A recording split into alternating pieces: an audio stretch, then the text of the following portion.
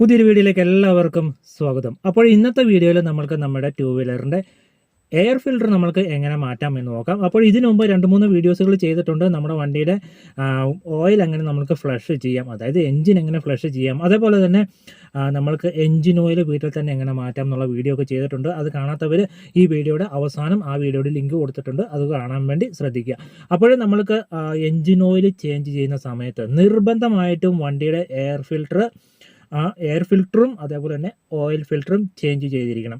അപ്പോൾ മിക്ക ആൾക്കാരും ചെയ്യുന്ന ഒരു യൂട്യൂബിൽ തന്നെ കാണാറുണ്ട് നമുക്ക് എയർ ഫിൽറ്റർ ക്ലീൻ ചെയ്യുന്ന വീഡിയോസുകളൊക്കെ. ഒരിക്കലും എയർ ഫിൽറ്റർ ക്ലീൻ ചെയ്യാൻ പാടില്ല. അത് എന്താണ്, എയർ ഫിൽറ്റർ ക്ലീൻ ചെയ്യാനുള്ള ഒരു സാധനമല്ല, അത് എപ്പോഴും റീപ്ലേസ് ചെയ്യാനുള്ളതാണ്. പിന്നെ നിങ്ങൾക്ക് അത്യാവശ്യം ചില ഘട്ടങ്ങളിലൊക്കെ അത്യാവശ്യം ക്ലീൻ ചെയ്ത് ഉപയോഗിക്കാം. പക്ഷേ എൻജിൻ ഓയിൽ ചേഞ്ച് ചെയ്യുമ്പം നിർബന്ധമായിട്ടും പഴയ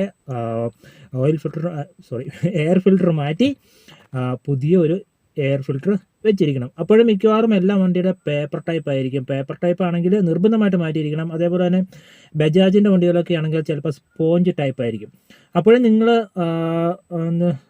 ഒരു കണക്കിന് ആ വണ്ടിയുടെ ആ ബ്രാൻഡിൻ്റെ ഇറക്കുന്ന OEM സ്പെയർ പാർട്സ് തന്നെ വാങ്ങിക്കുന്നതായിരിക്കും. പ്രത്യേകിച്ച് എയർ ഫിൽറ്റർ വാങ്ങിക്കുന്നതായിരിക്കും നല്ലത്. തീരെ ലോക്കലായിട്ടുള്ള എയർ ഫിൽറ്റർ വാങ്ങിക്കാതിരിക്കുക. എന്താണെന്ന് വെച്ചിട്ടുണ്ടെങ്കിൽ പേപ്പർ ടൈപ്പ് ആണെങ്കിൽ ഈ പേപ്പർ ശ്രദ്ധിച്ചാൽ നിങ്ങൾക്ക് മനസ്സിലാവും, തീരെ ലോക്കലായിട്ടുള്ള സാധനമാണെങ്കിൽ അത് റഫായിട്ടുള്ള പേപ്പറായിരിക്കും, വെറും ഒരു പേപ്പറായിരിക്കും. പക്ഷെ നിങ്ങൾ അത് ആ വണ്ടിയുടെ ബ്രാൻഡഡ്, ഇപ്പം ഹോണ്ടയുടെ ആണെങ്കിൽ ഹോണ്ട, ബജാജിൻ്റെ ആണെങ്കിൽ ബജാജ്, ഏതാണെങ്കിലും ജെനുവിൻ പാർട്സ് ആണെങ്കിൽ ആ പേപ്പറിൽ ഒരു ലൂബ്രിക്കേഷൻ പോലെ ഒരു സംഭവം ഉണ്ടാവും, ചെറിയൊരു നനവ്, ചെറിയൊരു ആ പേപ്പറിൻ്റെ ഒരു വ്യത്യാസം ഉണ്ടാവും. നമ്മൾ വെറും ലോക്കൽ എയർ ഫിൽറ്ററാണെങ്കിൽ അതിൽ വെറും റഫായിട്ടുള്ള പേപ്പറായിരിക്കും. അപ്പോൾ ഇതിൽ ചെറിയ രീതിയിലുള്ളൊരു ഓയിലിൻ്റെ ഒരു കണ്ടൻറ്റ് ഉണ്ടാകും. ആ ഓയിൽ എന്തിനാണെന്ന് വെച്ചിട്ടുണ്ടെങ്കിൽ പൊടികളൊക്കെ ഒട്ടും അകത്തോട്ട് പോകാതിരിക്കാൻ വേണ്ടി മാക്സിമം പൊടി ഈ പേപ്പറിൽ തന്നെ പറ്റിപ്പിടിച്ചിരിക്കും.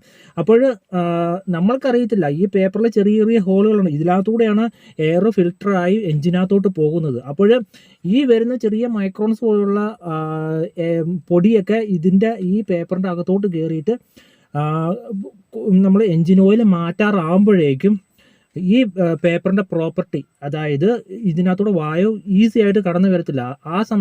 അങ്ങനെ വരുമ്പം വണ്ടിയുടെ എഫിഷ്യൻസി കുറയും, അതേപോലെ തന്നെ സൗണ്ടിനൊക്കെ വ്യത്യാസം വരും.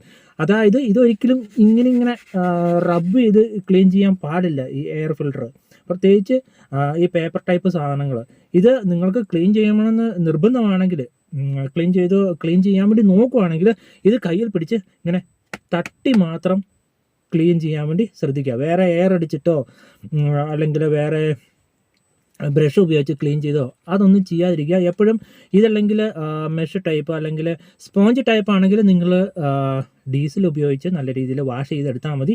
അപ്പോൾ സ്പോഞ്ച് ടൈപ്പ് ആണെങ്കിൽ ബജാജ് വണ്ടിയൊക്കെ ആണെങ്കിൽ 50 രൂപ താഴെ വരത്തുള്ളൂ. ഏത് വണ്ടിയുടെ ആണെങ്കിലും, 4 വീലറിൻ്റെ ആണെങ്കിൽ കൂടി, നിങ്ങൾ കാറുകളുടെയൊക്കെ ആണെങ്കിൽ ഒരു 200 രൂപ അല്ലെങ്കിൽ ഒരു 300 രൂപ താഴെ മാത്രമേ നല്ലൊരു എയർ ഫിൽറ്ററിന് വരത്തുള്ളൂ. എയർ ഫിൽറ്റർ ഞാൻ പറയുന്നു വെറും ലോക്കൽ വാങ്ങിക്കാതിരിക്കുക. അതേപോലെ തന്നെ ആദ്യം പറഞ്ഞ പോലെ നിങ്ങൾ നിർബന്ധമായിട്ടും എൻജിൻ ഓയിൽ ചേഞ്ച് ചെയ്യുന്ന സമയത്ത് air filter plus oil filter change ചെയ്തിരിക്കണം. അപ്പോൾ ഇതാണ് എയർ ഫിൽറ്റർ. നമുക്കിത് മാറ്റിയിട്ട് വരാം. എയർ ഫിൽറ്റർ മാറ്റാൻ വളരെ എളുപ്പമാണ്, ആർക്കും മാറ്റാവുന്ന കാര്യങ്ങളേ ഉള്ളൂ. അവരവരുടെ വണ്ടിയുടെ എയർ ഫിൽറ്റർ എവിടെയാണെന്നുള്ളത് വണ്ടിയുടെ യൂസർ മാനുവലിൽ കൃത്യമായിട്ട് ലൊക്കേറ്റ് ചെയ്ത് അതിൻ്റെ പടം അടക്കം കൊടുത്തിട്ടുണ്ടായിരിക്കും. അതിൻ്റെ അർത്ഥം ആ വണ്ടിയുടെ യൂസറിന് അത് ചേഞ്ച് ചെയ്യാം എന്നുള്ളതാണ്, നമ്മൾ വർക്ക്ഷോപ്പിൽ പോകേണ്ട കാര്യമില്ല എന്നുള്ളതാണ്. അപ്പോൾ ഈ വണ്ടിയുടെ ഈ സൈഡിലാണ് നമ്മൾക്കത് അയച്ചെടുക്കാം. വളരെ സിമ്പിൾ പരിപാടിയാണ്.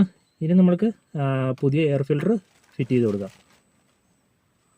ജസ്റ്റ് നമ്മുടെ വീട്ടിലുള്ള ചെറിയ സ്ക്രൂ ഡ്രൈവർ സെറ്റുകളും അതേപോലെ തന്നെ സ്പാനറൊക്കെ മതി, നമുക്ക് ഒരുവിധപ്പെട്ട പണികളൊക്കെ ചെയ്യാൻ പറ്റും. അതേപോലെ തന്നെ വണ്ടിയിലെ ടൂൾ കിറ്റിൽ ഒരു സ്ക്രൂ ഡ്രൈവർ ഉണ്ടാവും, അത് ഉപയോഗിച്ച് നമുക്ക് മാറ്റാവുന്നതാണ്.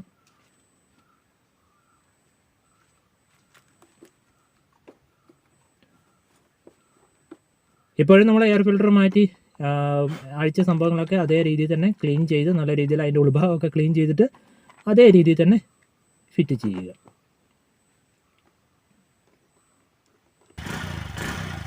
ഇപ്പോഴേ വണ്ടി സ്റ്റാർട്ട് ചെയ്തപ്പോൾ തന്നെ വണ്ടിയുടെ സൗണ്ട് പഴയതുപോലെയല്ല, കുറച്ചും കൂടി വണ്ടി സൈലൻ്റ് ആയിട്ടുണ്ട്. അത് മുമ്പേ കുറച്ച് ഒരു സൗണ്ടിനൊക്കെ വ്യത്യാസം ഉണ്ടായിരുന്നു. അപ്പോഴതൊക്കെ അങ്ങ് മാറി കിട്ടിയിട്ടുണ്ട്. എഞ്ചിൻ ഓയിൽ നമ്മൾ മാറ്റിയിട്ടുണ്ട്. അപ്പോൾ നമ്മളെ കൊണ്ടാവുന്ന പണികളൊക്കെ നമ്മൾക്ക് വീട്ടിൽ തന്നെ ചെയ്യാൻ വേണ്ടി എല്ലാവരും ശ്രദ്ധിക്കുക. അപ്പോൾ നമ്മൾക്ക് ഇനി അടുത്തൊരു വീഡിയോ നമ്മൾ വണ്ടിയുടെ മൈലേജ് സെറ്റ് ചെയ്യാൻ വേണ്ടിയാണ്. നമ്മൾക്ക് ഇപ്പം ഈ എഞ്ചിൻ ഓയിലും ഈ കാര്യങ്ങളൊക്കെ ചേഞ്ച് ചെയ്തപ്പോഴേക്കും മൈലേജിൽ ചെറിയൊരു വ്യത്യാസം വന്നിട്ടുണ്ടായിരിക്കും. അതായത് നമ്മൾ ഫസ്റ്റ് കാർബറേറ്റർ വണ്ടിയാണെങ്കിൽ ഫസ്റ്റ് ഒരു ട്യൂൺ ചെയ്തതിന് കുറച്ച് വ്യത്യാസം വന്നിട്ടുണ്ടായിരിക്കും. അപ്പോൾ അടുത്തൊരു വീഡിയോയിൽ നമ്മൾക്ക് മാക്സിമം മൈലേജും പവറും കിട്ടത്തക്ക രീതിയിൽ വണ്ടി എങ്ങനെ ട്യൂൺ ചെയ്തെടുക്കാം എന്നുള്ളൊരു വീഡിയോ കൂടി ചെയ്യുന്നതായിരിക്കും. അപ്പോൾ നമുക്ക് എല്ലാവർക്കും വീണ്ടും ഒരു വീഡിയോയിൽ കണ്ടുമുട്ടുന്നവരേക്കും എല്ലാവർക്കും ഗുഡ് ബൈ.